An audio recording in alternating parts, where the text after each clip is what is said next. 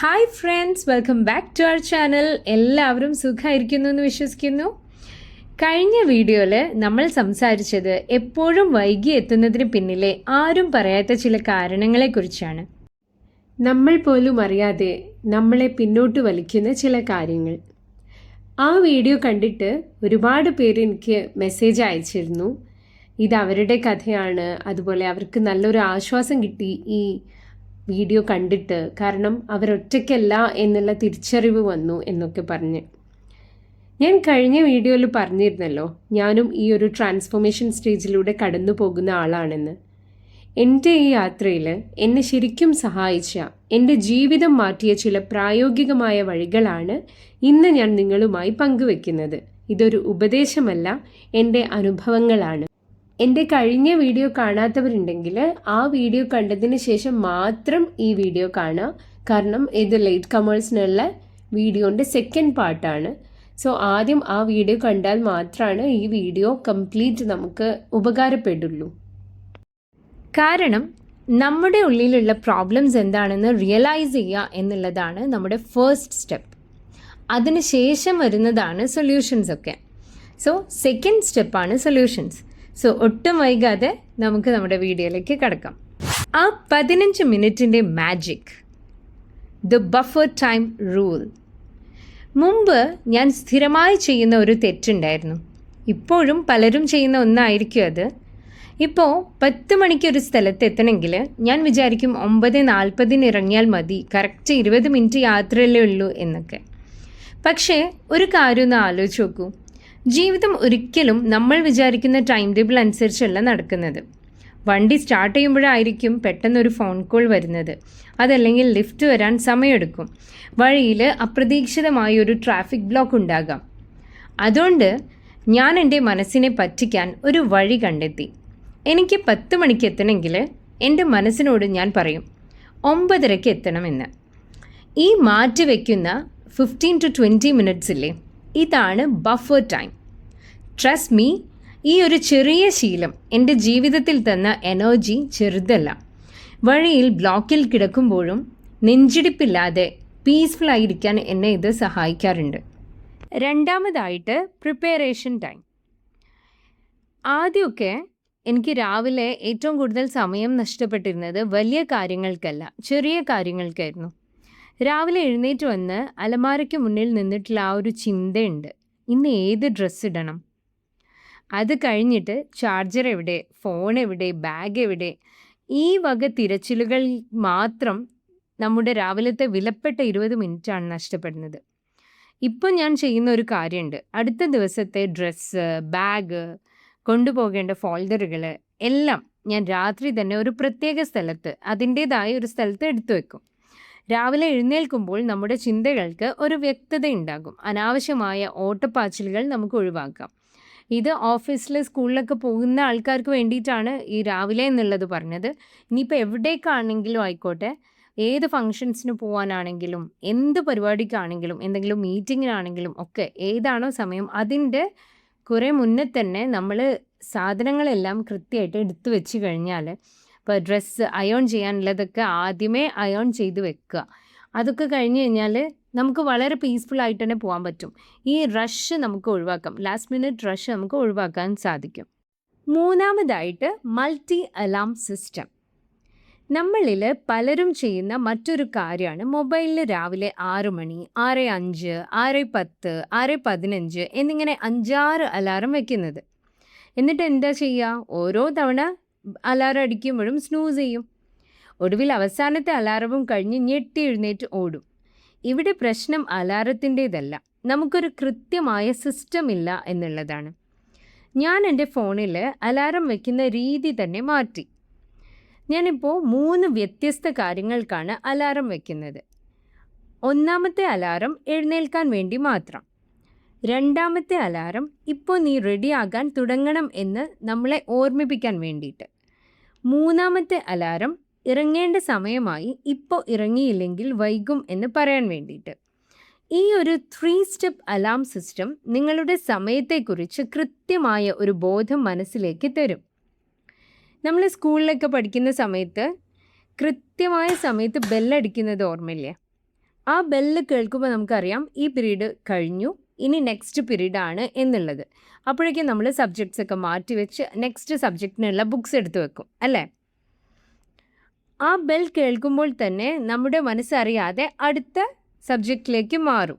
അതുപോലെ ഈ വെവ്വേറെ അലാറങ്ങൾ നമ്മുടെ ബ്രെയിനിനെ വഴി തെറ്റാതെ ഓരോ സമയത്തും എന്താണ് ചെയ്യേണ്ടതെന്ന് കൃത്യമായി ഓർമ്മിപ്പിച്ചുകൊണ്ടിരിക്കും. നമ്മൾ കഴിഞ്ഞ വീഡിയോയിൽ ട്രാൻസിഷൻ ഫ്രിക്ഷനെ കുറിച്ച് സംസാരിച്ചിരുന്നു. ഒരു ജോലി ചെയ്തുകൊണ്ടിരിക്കുമ്പോൾ പെട്ടെന്ന് അത് നിർത്തി മറ്റൊന്നിലേക്ക് മാറാനുള്ള നമ്മുടെ മനസ്സിൻ്റെ ഒരു മടി. ഇതിനുള്ള പരിഹാരം എന്ന് പറയുന്നത് നമ്മളൊരു 10 മിനിറ്റ് കൂൾ ഡൗൺ ടൈം കൊടുക്കുക എന്നുള്ളതാണ്.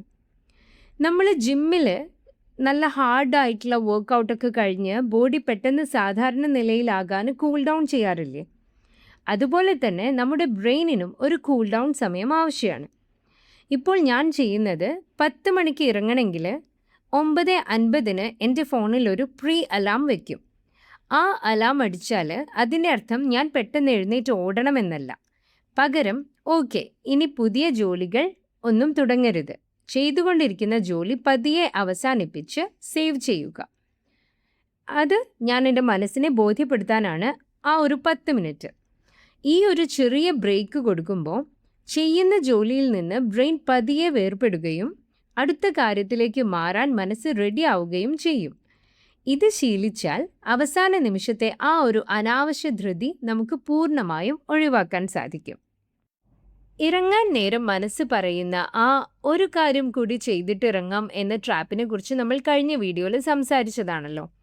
ചെരുപ്പൊക്കെ ഇട്ട് ബാഗും എടുത്ത് ഇറങ്ങാൻ നിൽക്കുമ്പോഴായിരിക്കും ടേബിളിൽ കിടക്കുന്ന ഒരു സാധനം കണ്ണിൽ പെടുന്നത്. അതല്ലെങ്കിൽ പെട്ടെന്ന് ഓർമ്മ വരും, ഒരു ഇമെയിൽ കൂടി അയക്കാനുണ്ട്, അല്ലെങ്കിൽ ആ ഡ്രോയർ കൂടി ഒന്ന് ഒതുക്കി വെച്ചിട്ട് ഇറങ്ങാം. മുമ്പൊക്കെ ഞാൻ വിചാരിക്കുമായിരുന്നു ഇത് കൂടി തീർത്തിട്ട് ഇറങ്ങാം, തിരിച്ചു വരുമ്പോൾ പണി കുറയുമല്ലോ എന്ന്. പക്ഷേ അതോടെ ആ ദിവസത്തെ ടൈം ടേബിൾ ആകെ കൂടെ താളം തെറ്റും. ഇപ്പോൾ ഇതിന് ഞാൻ ചെയ്യുന്ന ഒരു സൊല്യൂഷൻ എന്ന് പറയുന്നത് ദ ക്ലോക്ക് ഫ്രീസ് എന്നൊരു മെത്തേഡാണ്. പുറത്തു പോകാൻ സമയമായാൽ ചെയ്യാൻ ബാക്കിയുള്ള ജോലികൾ പൂർണ്ണമല്ലെങ്കിൽ പോലും ഞാൻ കടുപ്പത്തിലൊരു ബോർഡർ ലൈൻ വരക്കും. ആ ചെയ്യാനിരിക്കുന്ന കാര്യത്തിലേക്ക് നോക്കി ഞാൻ മനസ്സിൽ ഉറപ്പിച്ചു പറയും, ഞാൻ തിരിച്ചു വന്നിട്ട് ഇത് ചെയ്യും, ഇതിപ്പോൾ ഇവിടെ തന്നെ ഉണ്ടാകും. എന്നിട്ട് ലാപ്ടോപ്പ് ആണെങ്കിൽ അത് ക്ലോസ് ചെയ്ത് വെക്കും, ഫോൺ ആണെങ്കിൽ ബാഗിലേക്ക് മാറ്റും. അത് കൺമുന്നിൽ നിന്ന് മാറുമ്പോൾ തന്നെ ആ ജോലി ചെയ്യാനുള്ള ഏർജൻസി തനിയെ അടങ്ങും. നമ്മൾ വിചാരിക്കും അത് അപ്പോൾ തന്നെ ചെയ്തില്ലെങ്കിൽ വലിയ പ്രശ്നമാകുമെന്ന്. പക്ഷേ സത്യത്തിൽ നമ്മൾ തിരിച്ചു വന്നിട്ട് ചെയ്താലും ഒന്നും സംഭവിക്കാൻ പോകുന്നില്ല. ഓർക്കുക, ആ ഒരു ചെറിയ ജോലി തീർക്കുന്നതിനേക്കാൾ വിലപ്പെട്ടതാണ് മറ്റൊരാൾക്ക് നമ്മൾ കൊടുത്ത വാക്കും നമ്മുടെ സമയനിഷ്ഠയും. ഈ ഒരു ചിന്ത മനസ്സിൽ ഉറപ്പിച്ചാൽ ഈ കുടുക്കിൽ നിന്ന് നമുക്ക് സുഖമായി രക്ഷപ്പെടാം. ചിലർക്ക് നേരത്തെ എത്തുക എന്നത് താല്പര്യമുള്ള കാര്യമായിരിക്കില്ല. ഇപ്പോൾ ഒരു ഫംഗ്ഷനാണെങ്കിലും മീറ്റിങ്ങിനാണെങ്കിലും ഒരു കല്യാണത്തിനാണെങ്കിലും എന്തിനാ വെറുതെ നേരത്തെ എത്തിയിട്ട്, അവിടെ എന്ത് ചെയ്യാനാ എന്നുള്ള ഒരു തോട്ടായിരിക്കും. ഇപ്പോൾ ഒരു കല്യാണത്തിനോ ഫംഗ്ഷനോ പോകുന്ന സമയത്ത് നമ്മളവിടെ കൃത്യസമയത്ത് എത്തിയെന്ന് വിചാരിക്കുക. നോക്കുമ്പോൾ അവിടെ അധികം ആളുകളൊന്നും എത്തിയിട്ടില്ല, ഫംഗ്ഷൻ തുടങ്ങിയിട്ടില്ല, ആരെയും പരിചയമില്ല. പെട്ടെന്ന് നമുക്കൊരു ഇൻസെക്യൂരിറ്റി ഫീൽ ചെയ്യും. ഇതു കാരണം നമ്മൾ മനഃപൂർവ്വം വീട്ടിൽ നിന്ന് ഇറങ്ങാൻ വൈകിക്കും. പക്ഷേ ഇതിനൊരു പരിഹാരമുണ്ട്. ഞാനിപ്പോൾ എവിടെയെങ്കിലും നേരത്തെ എത്തിയാൽ വെറുതെ ഇരുന്ന് ബോറടിക്കാറില്ല. ആ സമയം ഒന്നെങ്കിൽ ഒരു നല്ല പുസ്തകം വായിക്കും, അതല്ലെങ്കിൽ എൻ്റെ ഫോണിൽ നല്ല വീഡിയോകൾ കാണും, അതല്ലെങ്കിൽ നല്ല പോഡ്കാസ്റ്റ്സ് കേൾക്കും. നേരത്തെ എത്തുന്ന സമയം വെയിറ്റിംഗ് ടൈം അല്ല, അത് എനിക്ക് മാത്രമായി കിട്ടുന്ന ഒരു ബോണസ് ടൈമാണെന്ന് ചിന്തിക്കാൻ തുടങ്ങിയതോടെ ആ ഇൻസെക്യൂരിറ്റി മാറി. പിന്നെ നമ്മൾ പ്രധാനമായും ശ്രദ്ധിക്കേണ്ട ഒരു കാര്യമാണ് നമ്മുടെ വാക്കുകൾക്കൊരു പവറുണ്ട് എന്നുള്ളത്. നമ്മൾ എപ്പോഴും മറ്റുള്ളവരോടും നമ്മളോട് തന്നെയും പറയുന്ന ഒരു കാര്യമാണ്, ഞാൻ എപ്പോഴും ഇങ്ങനെയാണ്, എത്ര ശ്രമിച്ചാലും ഞാൻ ലേറ്റാകും, അതെൻ്റെ ഒരു സ്വഭാവമാണ്. നമ്മുടെ സബ് കോൺഷ്യസ് മൈൻഡിന് അഥവാ ഉപബോധ മനസ്സിന് വലിയൊരു പവറുണ്ട്. നമ്മൾ ആവർത്തിച്ചു പറയുന്ന കാര്യങ്ങൾ അത് സത്യമായി സ്വീകരിക്കും. നമ്മളെപ്പോഴും ഞാനൊരു ലേറ്റ് കമ്മറാണ് എന്ന് സ്വയം ലേബൽ ചെയ്യുമ്പോൾ നമ്മുടെ ഉള്ളിലെ മെമ്മറി അതിനെ ഒരു സ്ഥിര ശീലമാക്കി മാറ്റും. അതുകൊണ്ട് ഞാൻ ആ വാക്ക് മാറ്റാൻ തീരുമാനിച്ചു. ഇപ്പോൾ ആരെങ്കിലും ചോദിച്ചാൽ ഞാൻ പറയും, ഞാൻ സമയനിഷ്ഠ പഠിച്ചുകൊണ്ടിരിക്കുകയാണ്, ഞാൻ ഓരോ ദിവസവും മാറാൻ ശ്രമിക്കുകയാണ്, ഞാൻ പങ്ക്ച്വൽ ആയിക്കൊണ്ടിരിക്കുകയാണ്. നമ്മൾ ഉപയോഗിക്കുന്ന വാക്കുകൾ മാറുമ്പോൾ നമ്മുടെ ചിന്തകളും മാറാൻ തുടങ്ങും. സോ ഇനി ഒരിക്കലും നമ്മൾ ലേറ്റ് കമർ ആണ് എന്ന് നമ്മൾ നമ്മുടെ മനസ്സിനോട് തന്നെ പറയാണ്ടിരിക്കുക. നമ്മളൊരു ട്രാൻസ്ഫോർമേഷൻ സ്റ്റേജിലാണ്, നമ്മൾ പങ്ക്ച്വലായി മാറിക്കൊണ്ടിരിക്കുകയാണ്. അങ്ങനെ ആയിരിക്കണം നമ്മുടെ സംസാരം.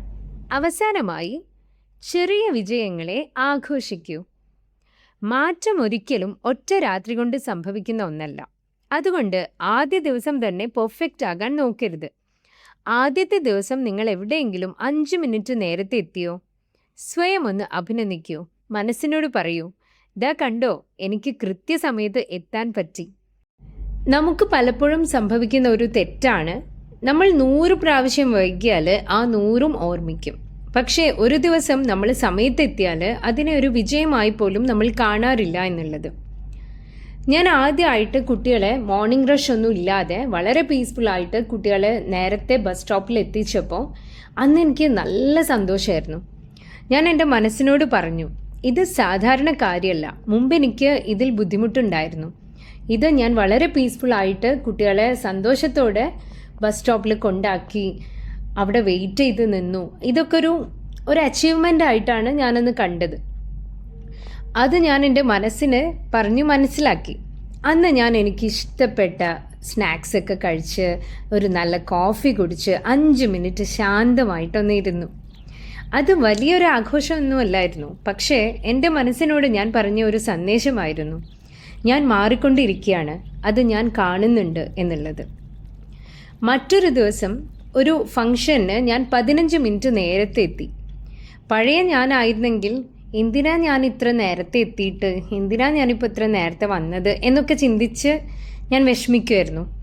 പക്ഷേ അന്ന് ഞാൻ ചുറ്റുപാടുകളൊക്കെ നോക്കി ശാന്തമായിരുന്ന് 2 പുതിയ ആളുകളെ പരിചയപ്പെട്ട് കുറച്ച് നേരം അവരോട് സംസാരിച്ച് അന്ന് എനിക്ക് മനസ്സിലായി, സമയത്ത് എത്തിയത് ഒരു ചെറിയ വിജയം മാത്രമല്ല, അതെനിക്ക് ആത്മവിശ്വാസവും മനസ്സമാധാനവും സമ്മാനിച്ച ഒരു അനുഭവമായിരുന്നു. മാറ്റം ഒരു ദിവസം കൊണ്ട് സംഭവിക്കില്ല, പക്ഷേ ഓരോ ചെറിയ വിജയവും ശ്രദ്ധിക്കുമ്പോൾ നമ്മുടെ ബ്രെയിൻ പറയും, ഇത് വീണ്ടും ചെയ്യാം. നമ്മുടെ ബ്രെയിൻ ഇത്തരം ചെറിയ വിജയങ്ങളെ തിരിച്ചറിയുമ്പോൾ പുതിയ നല്ല ശീലങ്ങൾ ഉണ്ടാക്കാനുള്ള താല്പര്യം അതിന് കൂടും. ഓർക്കുക, വലിയ വലിയ തീരുമാനങ്ങൾ കൊണ്ടല്ല, നമ്മുടെ ജീവിതത്തിലെ ചെറിയ ചെറിയ മാറ്റങ്ങൾ കൊണ്ടാണ് വലിയ വിജയങ്ങൾ ഉണ്ടാകുന്നത്. ഇന്ന് ഞാൻ നിങ്ങളോട് സംസാരിച്ച ഈ 7 പ്രായോഗിക വഴികളിൽ നിങ്ങളുടെ ജീവിതവുമായി ഏറ്റവും കൂടുതൽ കണക്ട് ചെയ്യാൻ പറ്റിയ, അല്ലെങ്കിൽ നാളെ മുതൽ നിങ്ങൾ ആദ്യം പരീക്ഷിക്കാൻ പോകുന്ന ആ ഒരു സൊല്യൂഷൻ ഏതാണ്? തീർച്ചയായും താഴെ കമൻറ്റിൽ എഴുതൂ. നിങ്ങളിൽ നിന്ന് അതറിയാൻ ഞാൻ ഒരുപാട് ആഗ്രഹിക്കുന്നുണ്ട്. ആൻഡ് അത് എല്ലാവർക്കും ഹെൽപ്ഫുൾ ആയിരിക്കും. ഒരു പ്രധാനപ്പെട്ട കാര്യം കൂടി അറിയിക്കട്ടെ, ലേറ്റ് കമേഴ്സിന് വേണ്ടി ഞാനൊരു വർക്ക്ഷോപ്പ് കണ്ടക്ട് ചെയ്യുന്നുണ്ട്. നമ്മൾ നേരിട്ട് സംസാരിച്ച് ഓരോരുത്തരുടെയും പ്രശ്നങ്ങൾക്ക് കൃത്യമായ പേഴ്സണൽ സൊല്യൂഷൻസ് കണ്ടെത്തുന്ന ഒരു ആക്ഷൻ ഓറിയൻറ്റഡ് വർക്ക്ഷോപ്പ് ആയിരിക്കും അത്. ഈ ഒരു യാത്രയിൽ എന്നോടൊപ്പം ചേരാനും നിങ്ങളുടെ ഈ ലേറ്റ് കമർ ശീലം പൂർണ്ണമായി മാറ്റാനും ആഗ്രഹിക്കുന്നുണ്ടെങ്കിൽ ഡിസ്ക്രിപ്ഷനിൽ നൽകിയിരിക്കുന്ന നമ്പറിൽ എന്നെ വാട്സാപ്പ് ചെയ്താൽ മതി. ഞാൻ അതിൻ്റെ ബാക്കി വിവരങ്ങൾ നിങ്ങൾക്ക് പേഴ്സണലായി അയച്ചു തരുന്നതായിരിക്കും. അപ്പോൾ ഈ വീഡിയോ നിങ്ങൾക്ക് ഉപകാരപ്പെട്ടെന്ന് തോന്നുകയാണെങ്കിൽ ലൈക്ക് ചെയ്യാനും നിങ്ങളുടെ പ്രിയപ്പെട്ടവർക്ക് ഷെയർ ചെയ്യാനും മറക്കരുത്. Personal growth, psychology, life coaching തുടങ്ങിയ വിഷയങ്ങളിലുള്ള കൂടുതൽ വീഡിയോകൾക്കായി ഈ ചാനൽ ഇപ്പോൾ തന്നെ സബ്സ്ക്രൈബ് ചെയ്യൂ. അടുത്ത വീഡിയോയിൽ പുതിയൊരു വിഷയവുമായി വീണ്ടും കാണാം. Keep smiling, stay inspired.